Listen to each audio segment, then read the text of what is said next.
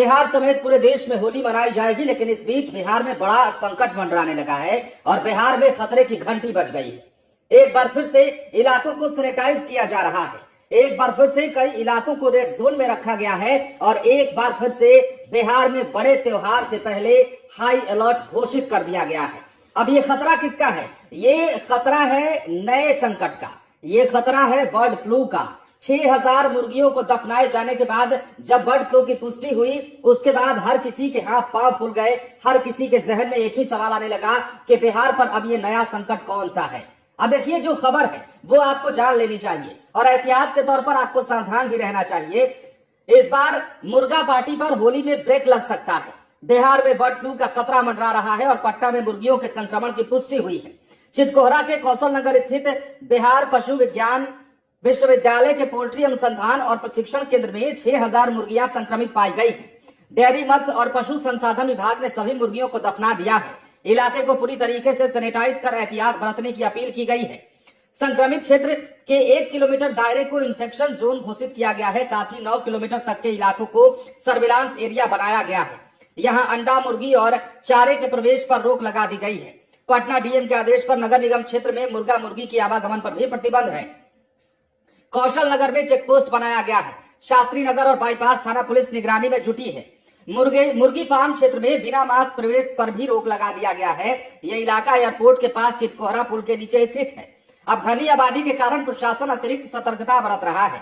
Sanitisation प्रमाण पत्र मिलने के बाद ही सामग्री के उपयोग की अनुमति दी जाएगी। जिला प्रशासन ने 2 महीने तक मुर्गा मुर्गी पालन पर रोक लगा दी है। लोगों से यह भी कहा गया है कि घबराने की जरूरत नहीं है, बल्कि सावधानी बरतने की अपील की गई है।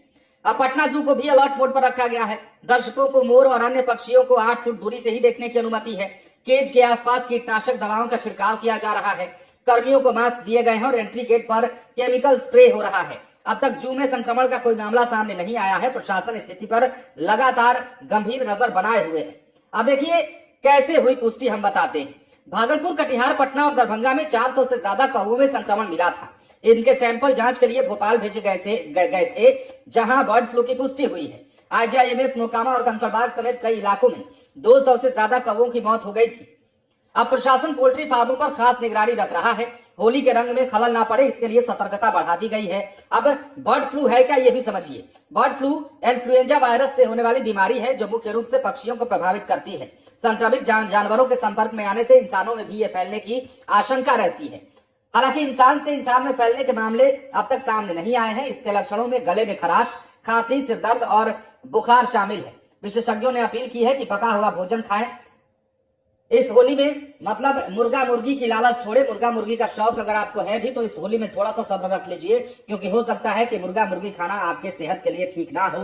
बर्ड फ्लू का खतरा खासतौर पर पटना के कई इलाकों में ज्यादा मंडराने लगा है। अब जो नई तस्वीरें और नया आंकड़ा निकलकर सामने आया है वो डराने वाला है, विचलित करने वाला है। आपके लिए हम ये खबर इसलिए नहीं बता रहे हैं कि आप दहशत में आ जाए, बल्कि इसलिए बता रहे हैं ताकि आप